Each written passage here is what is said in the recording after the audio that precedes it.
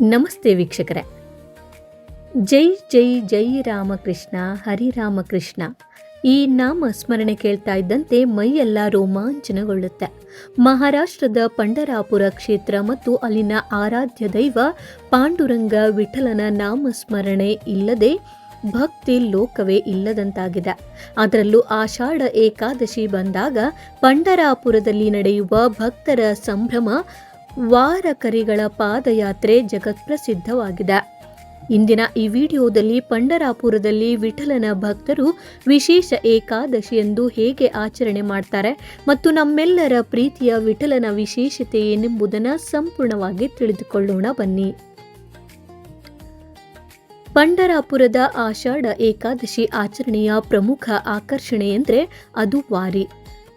ಈ ವಾರಿ ಪಾದಯಾತ್ರೆ ಮಹಾರಾಷ್ಟ್ರ ಹಾಗೂ ಇತರೆ ರಾಜ್ಯಗಳಿಂದ ಲಕ್ಷಾಂತರ ಸಂಖ್ಯೆಯಲ್ಲಿ ಭಕ್ತರು ಅಂದರೆ ವಾರಕರಿಗಳು 100 ಕಿಲೋಮೀಟರ್ ದೂರವನ್ನು ಕಾಲ್ನಡಿಗೆಯಲ್ಲಿಯೇ ಕ್ರಮಿಸಿ ಪಂಢರಾಪುರವನ್ನು ತಲುಪ್ತಾರೆ. ಸಂತ ಜ್ಞಾನೇಶ್ವರ, ಸಂತ ತುಕಾರಾಮ್ ಸೇರಿದಂತೆ ಮಹಾನ್ ಸಂತರುಗಳ ಪಲ್ಲಕ್ಕಿಗಳು ವಿವಿಧ ಕ್ಷೇತ್ರಗಳಿಂದ ಹೊರಟು ಆಷಾಢ ಏಕಾದಶಿಯ ಹಿಂದಿನ ದಿನ ಪಂಢರಾಪುರವನ್ನು ಸೇರಿಕೊಳ್ಳುತ್ತವೆ. ದಾರಿಯುದ್ದಕ್ಕೂ ಹರಿನಾಮ ಸ್ಮರಣೆ, ಭಜನೆ ಮತ್ತು ವಿಠಲನ ಅಭಂಗಗಳನ್ನು ಹಾಡುತ್ತಾ ಸಾಗುವ ಈ ಯಾತ್ರೆಯು ಕೇವಲ ಒಂದು ಧರ್ಮ ಕಾರ್ಯವಲ್ಲ, ಅದೊಂದು ಮನ ಕಲಕುವ ಪ್ರೀತಿಯ ಮತ್ತು ಸಮರ್ಪಣೆಯ ಮಹಾ ಸಂಗಮವೇ ಹೌದು. ಚಂದ್ರಭಾಗಾ ನದಿ ಸ್ನಾನ. ಪಂಢರಾಪುರವನ್ನ ತಲುಪುವ ಭಕ್ತರು ಮೊದಲು ಪವಿತ್ರ ಚಂದ್ರಭಾಗಾ ನದಿಯಲ್ಲಿ ಮಿಂದೆದ್ದು ತಮ್ಮ ದೈಹಿಕ ಮತ್ತು ಮಾನಸಿಕ ಶುದ್ಧಿಯನ್ನ ಮಾಡಿಕೊಳ್ತಾರೆ. ಉಪವಾಸ ಮತ್ತು ಜಾಗರಣೆ. ಭಕ್ತರು ಇಡೀ ದಿನ ಕಠಿಣ ಉಪವಾಸವನ್ನ ಆಚರಿಸಿ ರಾತ್ರಿ ಇಡೀ ದೇವಾಲಯದ ಆವರಣದಲ್ಲಿ ಜಾಗರಣೆ ಮಾಡಿ ಭಜನೆಯಲ್ಲಿ ತೊಡಗಿಕೊಳ್ಳುತ್ತಾರೆ. ಇನ್ನು ದೇವಸ್ಥಾನದ ತೆರೆಯದ ಬಾಗಿಲು. ಏಕಾದಶಿಯ ದಿನ ಪಂಢರಾಪುರದ ಶ್ರೀ ವಿಠಲ ರುಕ್ಮಿಣಿ ದೇವಸ್ಥಾನವು ಭಕ್ತರ ದರ್ಶನಕ್ಕಾಗಿ 24 ಗಂಟೆಗಳ ಕಾಲವೂ ತೆರೆದಿರುತ್ತದೆ. ಲಕ್ಷಾಂತರ ಭಕ್ತರು ಸಾಲಿನಲ್ಲಿ ನಿಂತು ತಮ್ಮ ನೆಚ್ಚಿನ ದೈವ ವಿಠಲನ ದರ್ಶನ ಪಡೆದು ಧನ್ಯರಾಗ್ತಾರೆ. ಇನ್ನು ಪಂಢರಾಪುರದ ವಿಠಲನ ಕುರಿತು ಹೇಳುವುದಾದರೆ ಈ ದೇವರ ಭಕ್ತಿ ಪರಂಪರೆಯೇ ಬಹಳ ವಿಶಿಷ್ಟ. ವಿಠಲ ಅಥವಾ ವಿಠೋಬ ಎಂದರೆ ಸಾಕ್ಷಾತ್ ಶ್ರೀಕೃಷ್ಣನೇ ಭಕ್ತನ ಭಕ್ತಿಗೆ ಮೆಚ್ಚಿ ಕಲ್ಲಿನ ರೂಪದಲ್ಲಿ ನಿಂತಿದ್ದಾನೆ ಎಂಬ ಐತಿಹಾಸಿಕ ನಂಬಿಕೆ ಇದೆ. ವಿಠಲನು ತನ್ನ ಸೊಂಟದ ಮೇಲೆ ಕೈಯಿಟ್ಟು ಇಟ್ಟಿಗೆಯ ಮೇಲೆ ನಿಂತಿರುವ ಭಂಗಿಯಲ್ಲಿದ್ದಾನೆ.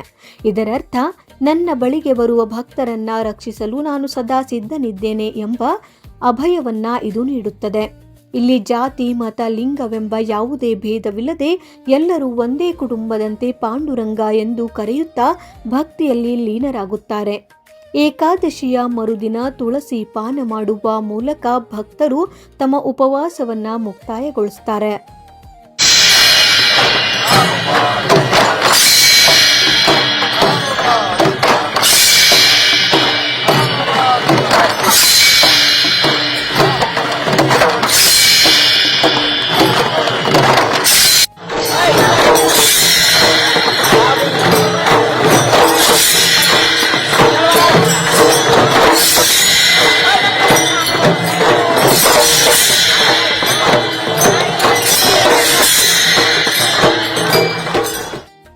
ಸ್ನೇಹಿತರೆ, ಭಕ್ತರಿಗಾಗಿ ತನ್ನ ದರ್ಶನವನ್ನು ಸದಾ ಮುಕ್ತವಾಗಿರಿಸಿರುವ ಪಾಂಡುರಂಗನ ಆರಾಧನೆ ಮತ್ತು ವಾರಕರಿಗಳ ಭಕ್ತಿ ನಿಜಕ್ಕೂ ಸ್ಫೂರ್ತಿದಾಯಕ.